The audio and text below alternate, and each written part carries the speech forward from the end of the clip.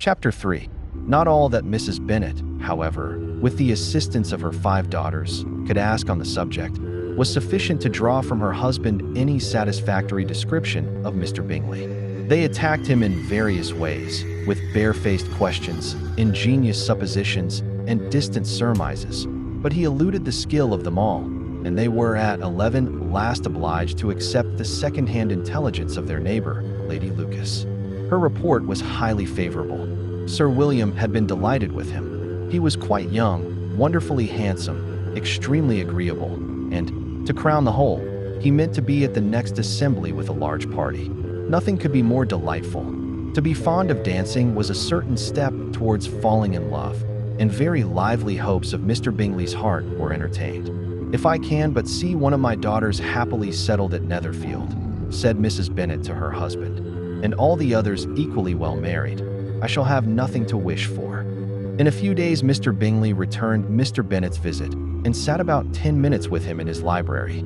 He had entertained hopes of being admitted to a sight of the young ladies, of whose beauty he had heard much, but he saw only the father. The ladies were somewhat more fortunate, for they had the advantage of ascertaining, from an upper window, that he wore a blue coat and rode a black horse.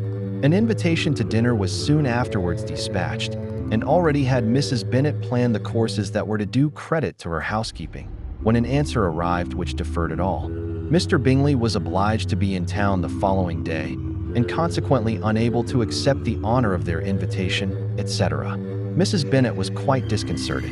She could not imagine what business he could have in town so soon after his arrival in Hertfordshire, and she began to fear that he might always be flying about from one place to another, and never settled at Netherfield as he ought to be.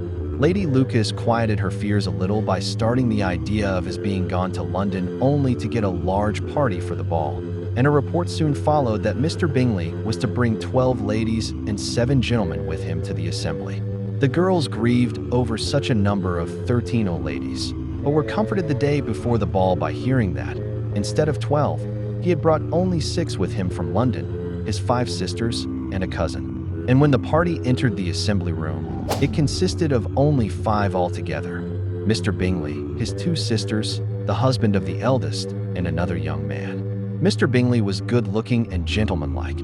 He had a pleasant countenance and easy, unaffected manners.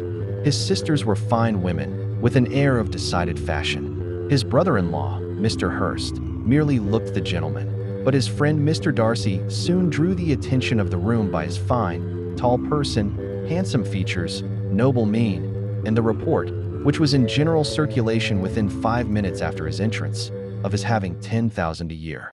The gentleman pronounced him to be a fine figure of a man. The ladies declared he was much handsomer than Mr. Bingley, and he was looked at with great admiration for about half the evening, till his manners gave a disgust which turned the tide of his popularity, for he was discovered to be proud, to be above his company, and above being pleased. And not all his large estate in Derbyshire could save him from having a most forbidding, disagreeable countenance, and being unworthy to be compared with his friend. Mr. Bingley had soon made himself acquainted with all the principal people in the room. He was lively and unreserved, danced every dance, was angry that the ball closed so early, and talked of giving one himself at Netherfield. Such amiable qualities must speak for themselves. What a contrast between him and his friend.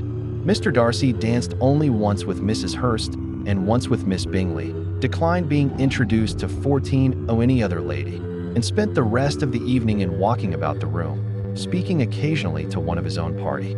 His character was decided. He was the proudest, most disagreeable man in the world, and everybody hoped that he would never come there again. Amongst the most violent against him was Mrs. Bennet, whose dislike of his general behavior was sharpened into particular resentment by his having slighted one of her daughters. Elizabeth Bennet had been obliged, by the scarcity of gentlemen, to sit down for 2 dances, and during part of that time, Mr. Darcy had been standing near enough for her to overhear a conversation between him and Mr. Bingley, who came from the dance for a few minutes to press his friend to join it. "Come, Darcy," said he, "I must have you dance. I hate to see you standing about by yourself in this stupid manner.